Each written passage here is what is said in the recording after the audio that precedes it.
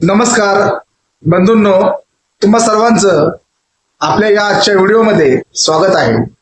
मित्रांनो, विषयापासून भरकटू नये म्हणून मी हा विषय लिहून घेतलेला आहे. तो मी तुम्हाला वाचून दाखवतो. तुम्ही काळजीपूर्वक हा व्हिडिओ पहा. नमस्कार, मी प्रवीण सुनील चौधरी. तुम्ही पाहत आहात जय चौधरी क्रिएटर चॅनल. जर तुम्ही आमच्या चॅनलवर नवीन असाल तर सामाजिक, ऐतिहासिक आणि राजकीय घडामोडीचे सखोल विश्लेषण पाहण्यासाठी आमच्या चॅनलला नक्की सबस्क्राईब करा. मित्रांनो, नक्की आमच्या चॅनलला सबस्क्राईब करून आमच्या कुटुंबाचे सभासद व्हा आणि आमच्या कुटुंबाची ताकद वाढवा. सध्या महाराष्ट्रात एका मोठ्या सामाजिक आणि राजकीय विचार मंथनातून आपण जात आहोत. निमित्त आहे अनुसूचित जाती म्हणजेच एससी समाजातील जातीय उपवर्गीकरण वाद. सर्वोच्च न्यायालयाच्या निर्णयानुसार किंवा त्यांच्या निर्णयानंतर हा वाद संपूर्ण महाराष्ट्रात पेटला आहे.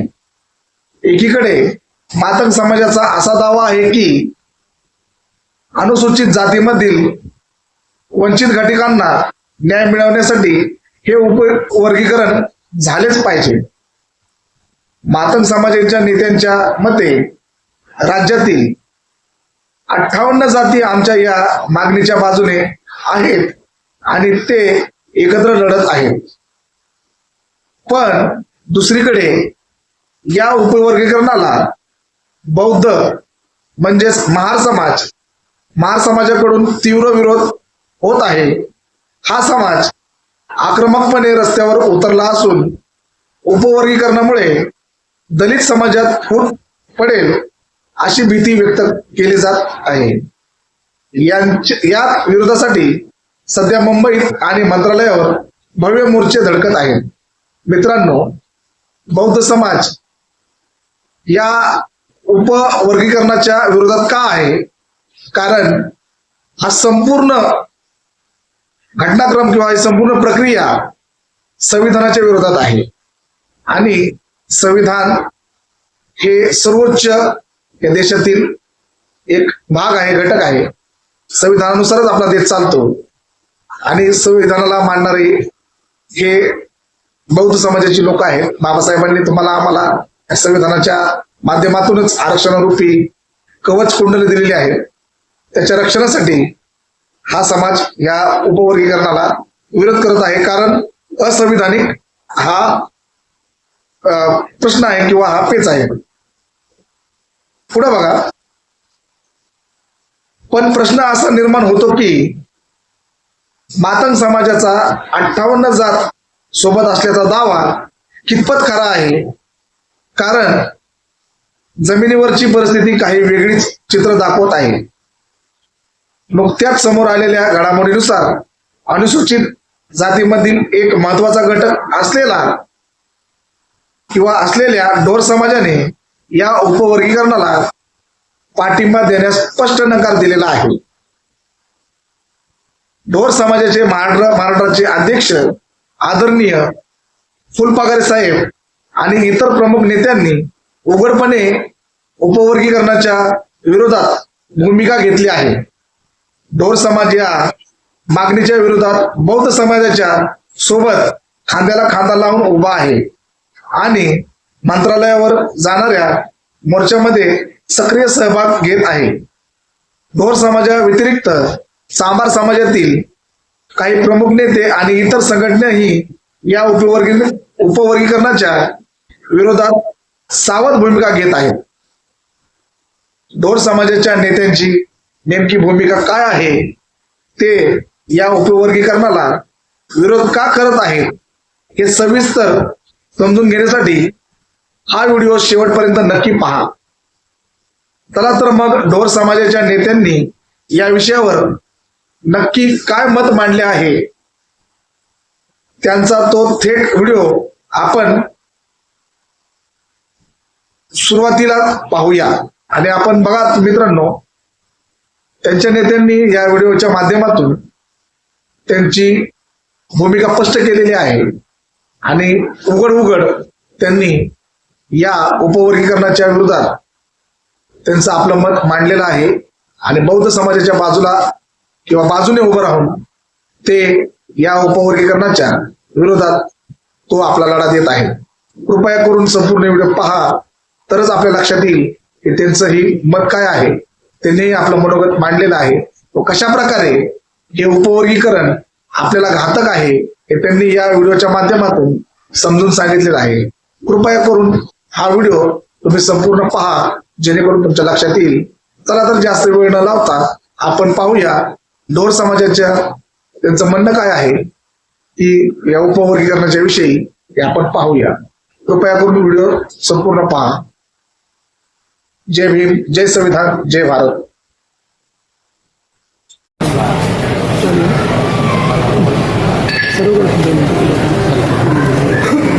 आज या वारलीपाडा ठिकाणी राष्ट्रीय ढोर समाज संघटनेमार्फत अबकड उपवर्गीकरणाच्या विरोधात महामोर्चा तयारीच्या बैठकीनुसार या ठिकाणी राष्ट्रीय ढोर समाज संघटनेचे संस्थापक अध्यक्ष तथा नेते आदरणीय परशुरामजी इंगोले साहेब, त्याचबरोबर या संघटनेचे प्रदेश संघटक अर्जुनजी नागोले, आपल्या वारलीपाडा या भागातील सामाजिक कार्यकर्ते, आमचे स्नेही मित्र, समाजाविषयी तळमळ असणारे तथा राष्ट्रीय ढोर समाज संघटनेचे जिल्हाध्यक्ष मारुतीरावजी भालशंकर, उपस्थित माझा समाज, आम्ही या ठिकाणी याच्यासाठी आलो की सध्या जे महाराष्ट्रामध्ये अबकड उपवर्गीकरणासंदर्भात जे वादळ चालू आहे ते वादळ जर भविष्यात यशस्वी झालं, अबकड उपवर्गीकरण जर यशस्वी झालं तर ढोर समाज हा तळागाळाला जाणार आहे. त्याचं कारण असं आहे की ढोर समाजावर जी परिस्थिती होती ती परिस्थिती आजचा तरुण पिढी, आजचा नौकर वर्ग विसरलेला आहे. या ठिकाणी अवसारे साहेबांना सांगितलं की मी 70 वर्षापूर्वी किंवा 65 वर्षापूर्वी आम्हाला असं दुरून पाणी वाढत होते आणि आम्ही वजूनं पाणी पित होतो. एखाद्या सुवर्णाच्या घरासमोरून जर आम्हाला जायचं असेल तर पायातली चप्पल डोक्यावर घेऊन त्या घराच्या समोरून जायचा. आम्हाला त्यावेळेस ती परिस्थिती होती, आम्हाला अधिकार नव्हता पायात चप्पल घालून जायचा. एखाद्या मंदिराच्या समोर, आज आपण या मंदिराच्या ठिकाणी आहोत, बैठक घेत आहोत सन्मानानं, तर मंदिराच्या समोर जर आपला समाज आला त्याचे पाय तोडले जायचे. ही अवस्था आपल्यावर होती आणि त्याला जर विचारलं जात काय आहे तर मग तर संपलच होत. त्या जातीला सुद्धा तिथं मुभा होती. पण बाबासाहेबांच्या संविधानामुळं तुम्हाला आम्हाला आरक्षण मिळालं, आरक्षणाबरोबर जातीला संरक्षण मिळालं. आजही तुम्हाला जर सांगितलं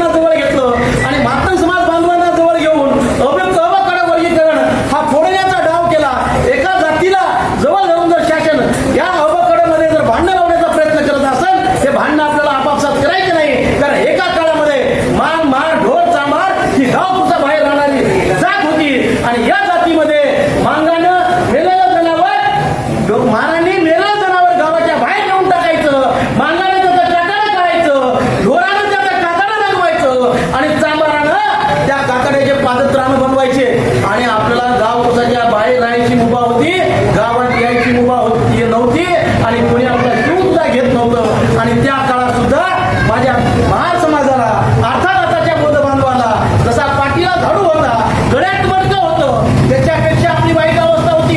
आपण जर तुम्ही कारखान्यावर जाऊन बघलं तर आपलं किती दलित व्यवसाय होता. ते लोक त्या सीपला येतेलं त्या सीपनं काकाडे शिपायचे, त्याच्यावरलं ते मास्तर भाग काढून टाकायचा, त्या वाड्यात गेलं तर घरात धड उलट्या व्हायच्या, बघू सुद्धा वाटायचं नाही आणि आपले हाताचे बोटं वगैरे रंगायचं आणि ह्याच्यामुळे आपला गावात प्रवेश नसायचा. आपली जी खुणच होती. पण एवढी जनावरांपेक्षाही वाईट अवस्था असून बाबासाहेबांना तुम्हाला आम्हाला संविधानाच्या माध्यमातून माणसात आणलं आणि आज तेच संविधान धोक्यात आहे. ज्या ज्या वेळेस संविधान धोक्यात राहील त्याच्या वेळेस माझा बौद्ध बांधव रस्त्यावर उतरला. पण ढोर असेल, चांबार असेल, मातंग असेल, ही लोक घरात बसली शांत आणि तमाशा बघायची आणि उलट बौद्ध बांधवाला म्हणायची यांना काही काम नाही. अरे जे बौद्ध बांधव या वर्गीकरणा संदर्भात आज मोठ्या प्रमाणात महाराष्ट्रभर आज जवळपास मे महिन्याच्या अगोदरपासून जे या बदल समितीचा अहवाल आला तेव्हापासून हे बिचारे लढतात आणि ज्या ज्या वेळेस संविधानावर अन्याय अत्याचाराची वेळ येईल त्याच्या वेळेस बौद्ध समाज याच्यात उतरतो आणि आपण घरात बसून सुखाचे फळ चालतो. आपली लेकरं फुटात नोकरीला लागतात. 13% आरक्षण 100 जागा निघाल्या तर एससी प्रवर्गातील 13 लोक नोकरी लागतात. पण त्यामध्ये आपला ढोर समाज अधिक प्रमाणात आहे. आपल्या ढोर समाजाची लोकसंख्या कमी जरी असेल पण ढोर समाजातून नोकरीला लागणाऱ्यांची संख्या जास्त आहे. आणि तेच आता शासनाने सर्वे केला असताना मागे जो 2011 सर्वे झाला त्या काळामध्ये ढोर समाजाची संख्या 1,16,000 होती. पण आताच्या राष्ट्रीय जनगणनेनुसार ढोर समाजाची संख्या 2.5 लाखाच्या जवळपास आली आणि त्या काळामध्ये बौद्ध बांधवांची लोकसंख्या 88 लाख होती. आताच्या या 2026च्या जनगणनेनुसार बौद्ध बांधवांची संख्या 1,40,40,00,000च्या जवळ गेली. माझ्या मातंग बांधवांची लोकसंख्या त्या पिरियडमध्ये 30 ते 32 लाख होती. पण आताच्या जनगणनेनुसार 44 लाख माझ्या मातंग बांधवांची संख्या गेली. आणि 1 ऑगस्ट 2024ला ज्यावेळेस शासनाच्या मर्जीतला न्यायाधीश बसला आणि त्या न्यायाधीशानं या शासनाच्या सांगण्यानुसार सांगितलं की जर महाराष्ट्र शासनाचं मत असेल अबकडं वर्गीकरण करायचं तर महाराष्ट्र शासन तिथल्या लोकसंख्येच्या नुसार अबकडं वर्गीकरण करू शकतं. आणि त्यांनी काय केलं, ओपनच्या माणसाला जे न्यायालयाचा जे न्यायाधीश सेवानिवृत्त झालेला आहे आनंद बजाज नावाचा त्या माणसाला तो अहवाल दिला. त्या माणसानं ना ढोराला बोलवलं नाही, ना चामाराला बोलवलं नाही, ना मांगाला बोलवलं नाही, ना महाराणा किंवा बोधाला बोलवलं नाही. बोलार, डक्कलवार, भंगी, पिंगी हे तर दूरच राहिले. पण या 59 जातीचा जे फायदा जी लोक अनुसूचित जाती देतात त्याच्यातला एकही सदस्य बोलवला नाही. आणि बदल समितीनं अहवाल तयार केला आणि तो अहवाल शासनाला सादर केला आणि शासनानं तो अहवाल सादर न करता तुम्हा आम्हाला हरकती मागवायला सुरुवात केली. त्याचं कारण असं आहे की परीक्षा आहे, परीक्षेला तुम्हाला बोलवलंय, प्रश्नपत्रिका दिलेली नाही आणि काय म्हणतात मास्तर, काय म्हणताय की उत्तरं सांगा, उत्तरं सोडवा. कुठून सोडवणार? अरे प्रश्नच माहित नाही, तुमच्या हातात प्रश्नपत्रिकाच नाही. मग तसंच त्या अहवालामध्ये बदल समितीच्या अहवालामध्ये काय लिहिलेलं आहे, काय गुपित आहे हे जनतेच्या समोर सादरच केलं नाही. आणि तुमच्या हरकती मागवा. कशासाठी हरकती मागवा? हे शासनाचं तुम्हाला आम्हाला बौद्ध समाजापासून दूर करण्याचं षडयंत्र आहे. उद्या जर आपण बौद्ध समाजापासून दूर झालो तर आपलं आरक्षण धोक्यात येणार आहे. आणि अबकडं जर वर्गीकरण झालं तर आपली आताच्या जनगणनेनुसार लोकसंख्यानुसार 0.20% आपल्याला आरक्षण मिळणार आहे. किती? 0.20%.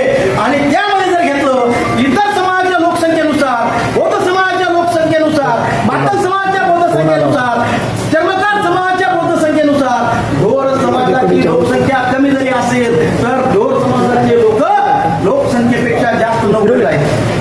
आणि म्हणून आपण ड मध्ये सर्वात पाठीमागे राहणार आहोत. ज्यावेळेस 500 जागा निघतील, 0.20% नुसार 500 जागा निघतील, त्यावेळेस महाराष्ट्रातल्या ढोर समाजापैकी 8 समाजातून स्पर्धा करून फक्त 1 पोरग नोकरी लागणार. किती?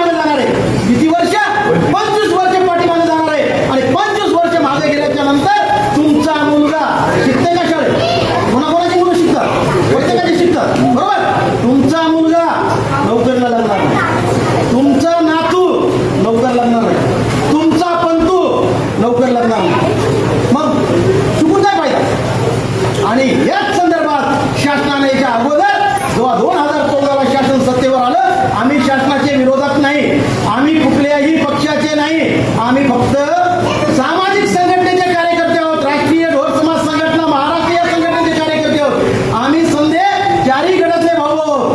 पण तुमचं आमचं नुकसान होणार आहे. शासनानं 2014 पासून खाजगीकरण केलं. खाजगीकरणामध्ये आपल्या जागा जे राखीव कोटा होता 2 लाखाच्या वर जवळपास राखीव कोट्यातल्या जागा शिल्लक आहे, पण त्या शासनानं भरल्या नाही. आपल्या एका बांधवांच्या दलालांना बांधवाला नाही, मातंग बांधवाला नाही, तो बिचारा आजही भोळा आहे. माझ्या गावामध्ये माझा बबन कांबळे माझा मित्र आहे, माझ्या गावामध्ये हा शिवराज दडे माझा मित्र आहे, माझ्या गावामध्ये माणिक बनमारे माझा मित्र आहे, माझ्या गावामध्ये हा बालाजी कांबळे माझा मित्र आहे. आम्ही मित्र नाही असून भाऊ भाऊ आहोत, पण आम्ही एक आहोत. पण त्यांच्या समाजातील काही दलाल शासनाला हाताशी धरून अबकडवळीकरणाचा डाव रचलाय. मला एक म्हणायचंय, अबकडवळीकरण करण्यापेक्षा शासनाने आधी जे राहिलेल्या जागा आपला राखीव कोटा आहे तो भरून काढावा, खाजगीकरण शासनाने रद्द करावं आणि खाजगीकरणामध्ये आम्हाला आरक्षण द्यावं. पण यासाठी मी आणि इंगोले साहेब हा जो शासनाचा निर्णय आहे 1 ऑगस्ट 2024 ला लागलेला, तेव्हापासून आम्ही फुले शाहू आंबेडकर वाचतो, म्हणून आम्ही आंबेडकरवादी आहोत आणि समाजाप्रती आम्हाला हित आहे. आणि समाजाप्रती हित असल्यानं 2024 पासून 1 ऑगस्ट 2024 पासून आमच्या डोळ्याला डोळा नाही. माझ्या समाजाचं कसं होईल? परशुराम इंगोले साहेबाला कमरेला बेल्ट आहे, मी सुद्धा नांदेडहून इथं आलोय, महाराष्ट्रावर फिरलोय, आंबेडकर चळवळीमध्ये जाऊन तिथं जागोजाग माझ्या समाजाला जागण्याचं काम केलंय. पण माझा समाज झोपेचं सोंग घेतोय आणि झोपेचं सोंग घेऊन जर तुम्ही घरामध्ये जोडून बसत असतात, गप्प बसत असतात, तर याद राखा, येणारी पिढी तुम्हाला आणि आम्हाला माफ करणार नाही. कारण त्या पिढीला ज्यावेळेस कळेल कोणीतरी भारतरत्न विश्वरत्न डॉक्टर बाबासाहेब आंबेडकर नावाचा माणूस होता, त्या माणसाने आम्हाला आरक्षण दिलं होतं आणि त्या आरक्षणाचं संरक्षण माझा समाज करू शकला नाही, माझा बाप करू शकला नाही, माझा भाऊ करू शकला नाही, म्हणून तो तुम्हाला सबक शिकवल्याशिवाय राहणार नाही. आणि आज जी आपल्यावर परिस्थिती आहे ते साहेबाच्या अंगावर 4 अंगठ्या सोनं नाणं घरात, तुमच्या अंगावर चांगले चांगले कपडे, त्या साहेबाच्या गळ्यात सोन्याचं लॉकेट, माझ्या अंगावर चांगले कपडे जे आहेत ते केवळ बाबासाहेबांमुळे आणि बाबासाहेबांच्या संविधानामुळे. आणि आम्ही आंबेडकर चळवळीत काम करतो म्हणून या ठिकाणी तुम्हाला सांगायला आलो, तसं आम्हाला काही गरज नाही. आम्ही आमच्या पोटापुरतं ठीक आहोत, पण माझ्या समाजाचं कसं होईल? या समाजात बाबासाहेब म्हणतात, या समाजात तुमचा जन्म झाला, त्या समाजाचं उद्धार करणं तुमचं कर्तव्य असतंय.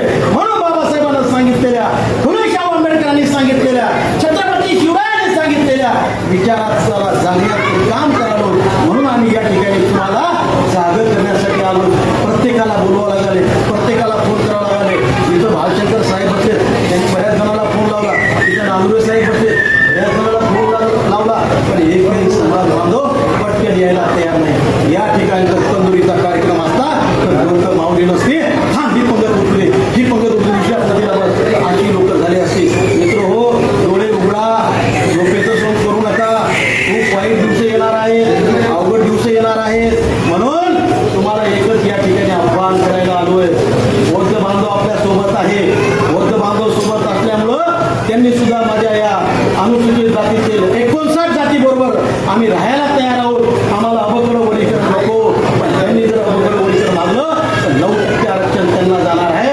आणि त्यांनी पुन्हा राजकीय क्षेत्रात जर आरक्षण मागितलं, महाराष्ट्रात विधिमंडळात किती जागा आहेत, विधानसभेत किती जागा आहेत, त्या जागेमध्ये 500 जर 0.20 आपली जर लोकसंख्या येत असेल, जर 500 विद्यार्थ्याची भरती निघाली, 1 मुलगा लागत असेल, मग आपले आमदार किती राहणार, खासदार किती राहणार, त्याचा विचार करा.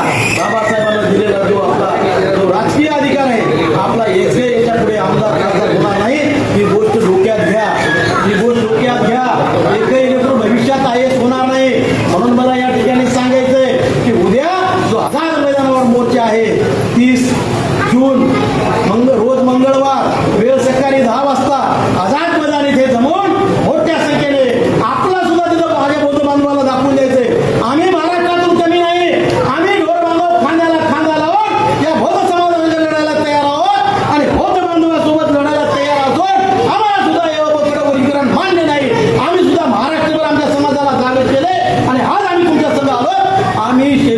श्वासापर्यंत अबकडं रद्द व्हावं या विरोधात या मोर्चामध्ये आम्ही सहभागी आहोत की आपल्याला उद्या आनंदरावजी आंबेडकर, भीमरावजी आंबेडकर यांच्या नेतृत्वाखाली जाऊन आपल्याला सहभागी व्हायचंय.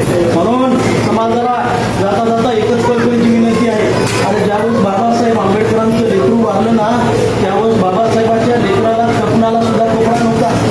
बाबासाहेबांच्या लेकराच्या कपनाला सुद्धा कपडा नव्हता. बाबासाहेबांचे 4 लेकरं वारले आणि 4ही लेकरं मरण पावल्याच्या नंतर बाबासाहेबांनी विचार केला नाही. रमाईनं सांगितलं, बाबासाहेब तुम्ही एवढे कसे निष्ठुर आहात? त्यावेळेस बाबासाहेब म्हणाले, रमा अरे 4 जरी लेकरं मेले तर हरकत नाही, पण माझा या 4 लेकरांमुळे माझा समाज वाटतात का नाही? हा किती मोठा त्याग आहे.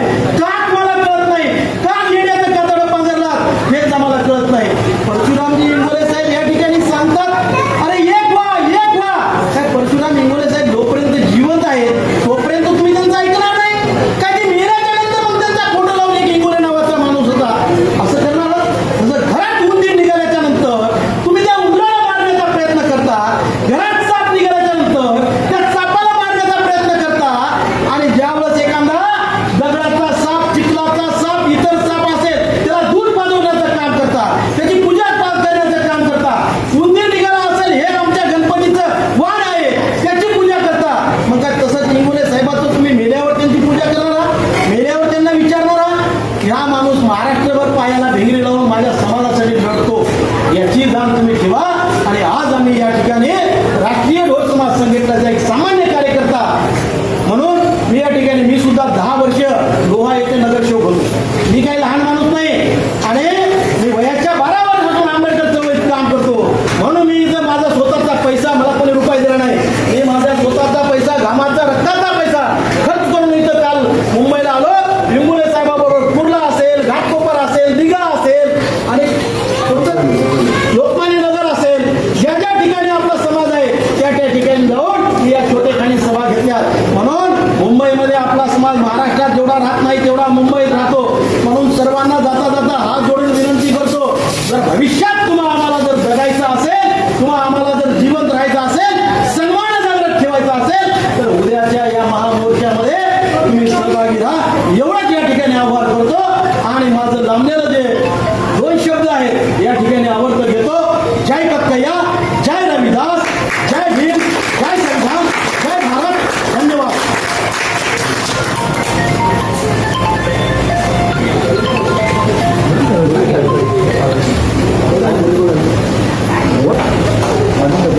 आज या ठिकाणी आपल्या संघटनेचे महाराष्ट्र प्रदेश रामदेवरावजी फुलपागार, अर्जुन नांदुरे आणि आपल्या संघटनेचे नेते मारुतसाहेब भानशंकर जमलेला सर्व समाज बांधव. आत्ताच मी दादरवरून आलेलो आहे. हे लोक माझ्या अगोदर आले होते. दादरला आनंदराव आंबेडकर, भीमराव आंबेडकर यांच्याबरोबर होतो. बबनराव बोलत होते, बाबूराव आणि सगळ्यांबरोबर होतो. आणि उद्याची रूपरेषा सर्व ठरता गेलेली आहे. म्हणजे आपण त्या घटनेमध्ये आपण आहोत. त्या कसं करायचं, कुठून लोक किती लोक असतील, किती कोण शेजारी सगळं नियोजन आम्ही करत होतो. तर सांगायचं तात्पर्य एवढंच आहे, अवघडं जर उद्या झालं, साहेबांनी सांगितल्याप्रमाणे मी जास्त काय सांगत नाही, पण येणारी पिढी आपली ही म्हणजे अगदी फार पाठीमागे जाणार आहे. आणि आपल्याला शिक्षणामध्ये सुद्धा जे आज आपण सवलती देऊ त्या सुद्धा आपल्याला मिळणार नाही. कारण या इथल्या सरकारने एका आमच्या भावाला म्हणजे आमच्या मातंग भावाला हाताशी धरून त्यांना मागणी करायला लावली. पण त्यांच्याचे फक्त केवळ 80% मातंग समाज आज 59 जाती बरोबर आहे. उद्या जवळजवळ आजच्या मिटिंगला 28 समाजाचे लोक त्या ठिकाणी होते. दादरला 28 दोन समाजात धरून 28 लोक होते. चमार असो, मोर्ची असो, कटवी असो, ओदार असो, सगळे लोक त्या ठिकाणी. सगळ्यांचा पाठिंबा या मोर्चाला आहे. उद्या जवळजवळ त्या विट्रेशनच्या समोरचा एरिया जवळजवळ 6-7 तास बंद राहणार आहे. कारण त्या ठिकाणी एवढ्या मोठ्या प्रमाणात सगळा समाज त्या ठिकाणी येणार आहे. तर ही लढाई कुठल्याही प्रकारची म्हणजे फक्त आपल्या आस्थेची लढाई आहे. तळबगडं जर झालं तर साहेबांनी सांगितल्याप्रमाणे आपल्याला फक्त 0.20% म्हणजे 0.5% 0.20% म्हणजे 0.5% सगळ्या जाती म्हणजे जवळजवळ आपल्याला 8% जवळजवळ 50 जाती आपण बसणार आहे. त्याच्यामध्ये मग हिंदू घाटिक आले, बंगी आले, वाल्मिकी आले, ढोर आला, तांबार म्हणजे फार वाईट परिस्थिती आपल्याला असणार आहे. तर त्यासाठी आपल्याला जागृत राहिलं पाहिजे. आम्ही आज एवढी परिस्थिती बघितली आहे की एवढा मोठा समाज असताना आपल्या स्वतःच्या आश्रमामध्ये आपण एकत्र येत नाही. बरोबर का नाही? म्हणजे आपण झोपेचं सोंग घेत आहोत. बरोबर का नाही? आता